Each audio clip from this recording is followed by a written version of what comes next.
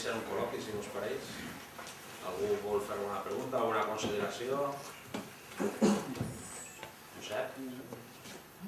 A mi m'agradaria que comentares dues cosetes. Una, els abundants incidents lingüístics que han hagut entre policies i ciutadans, la falta de respecte al País Valencià sobretot. I la segona, quin és el model d'Esquerra Unida, com ha de ser la policia en un estat democràtic? Quines serien les primeres coses que canviaria immediatament de la situació legal actual? Respecte al tema dels conflictes lingüístics n'hi ha hagut moltíssims. Nosaltres cada que s'ha assabentat d'un hem presentat una bateria de preguntes al govern, inclús hem demanat la compareixença del ministre en alguna ocasió, però són recurrents. Moltes vegades passa que, com hi ha la mobilitat que n'hi ha dins de la Policia Nacional o de la Guàrdia Civil, sobretot acaba passant moltes vegades en la Guàrdia Civil, quan utilitzes la teva llengua, parles en valencià o parles en català davant del policia, doncs que diuen que no t'entenen, i el que és curiós és que això mai ha donat com a resultat final la sanció al policia o al guàrdia civil. Mai. Com a molt, i en el millor dels casos ha acabat en que no ha passat res. I si no, ha acabat duent a la persona a la qual han acusat de qualsevol cosa davant dels tribunals o li ha acabat caient una multa i s'ha tingut que recórrer la multa i tal.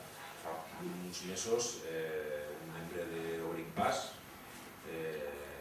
va tindre un problema de la policia també per això, per parlar valencià. També una altra persona, és a dir, són problemes recurrents. I el pitjor de tot és que no acaba una sanció al policia que no entén, o a la Guàrdia Civil que no entén que no tenim el dret fonamental a expressar-nos en la llengua que nosaltres li hem demanat al govern que perseguisca aquest tipus de comportaments en la policia i en la Guàrdia Civil i sobretot que previnga el tema fent algo tan normal com seria cursos d'adaptació al llenguatge, és a dir, si un guàrdia civil d'Extremadura el destinen al País Valencià, que una de les seues ocupacions quan ve així, està destinat així, és passar unes quantes horetes a la setmana fent un curset de valencià, almenys per a sentir la llengua i entendre-la sense cap problema, que tampoc cal fer un grandíssim esforç per entendre valencià, que s'entén molt fàcilment, simplement posar un poc en l'orella, aprendre 4 paraules i qualsevol persona que parla valencià, quan te posen una cara rara en una paraula que no t'entenen, la repeteixes, la tradueixes o ho expliques, no és un problema de voluntat d'entendre. El model policial que tenim en Esquerra Unida, nosaltres estem per un model policial més, per explicar-ho ràpidament, com seria la policia britànica. Per què? Perquè la policia britànica no té diversos cossos policials com nosaltres. Nosaltres tenim Policia Nacional, que és un cos, en principi, civil, la Guàrdia Civil, que és un cos militar, les policies autonòmiques en aquells territoris on es tenen i la policia municipal, a més a més. Són els cossos policials que hi ha. Nosaltres voldríem un únic cos policial a nivell general. Un únic cos policial que tinguera caràcter civil i que tinguera les especialitats que tinguera que existir per a perseguir la delinqüència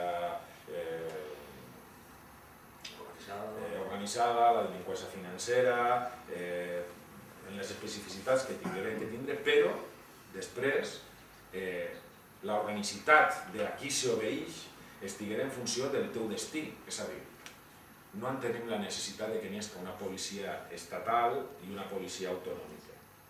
Si estàs destinat en un territori, has d'estar a les ordres de qui administra el territori.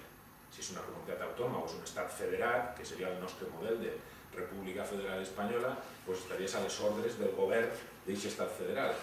Perquè si no el que se produeix és la qüestió curiosa, com en el País Basc o en Catalunya, on hi ha Mossos d'Esquadra, on hi ha la policia basca, l'Ertzaina, i al mateix temps n'hi ha Guàrdia Civil i al mateix temps n'hi ha Policia Nacional. És a dir, si n'hi ha un cos policial únic, i aquest cos policial, sigui el que sigui, està a les ordres del govern allí, o en un municipi està a les ordres de la Junta Local de Seguretat, que és l'Ajuntament, en qui està a les seues ordres.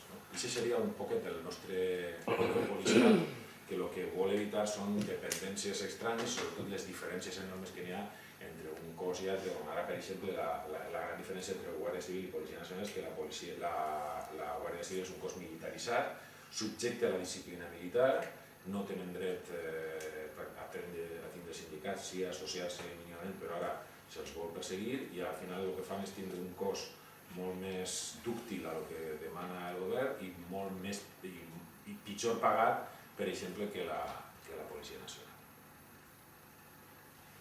De totes aquestes coses horribles que has dit contra la llei de l'ordre, n'hi ha una que és la risa ja, que no se'ls pot ni filmar ni fotografiar ni res. Estan fent un delit conforme a este de Barcelona, que estaven pegant una senyora paliza i quan han agarrat el mòbil o el que siga, se'ls van denunciar. Els han requisat el mòbil. Això tenen un problema de com posar-ho en la llei, perquè tu no pots prohibir que se filme en el carrer. És a dir, la premsa té dret a filmar el que siga en el carrer. Després una altra cosa és el que tu facis en les imatges. No t'ho poden prohibir, tu pots filmar. El que facis en les imatges és una altra cosa. Entonces, no sabem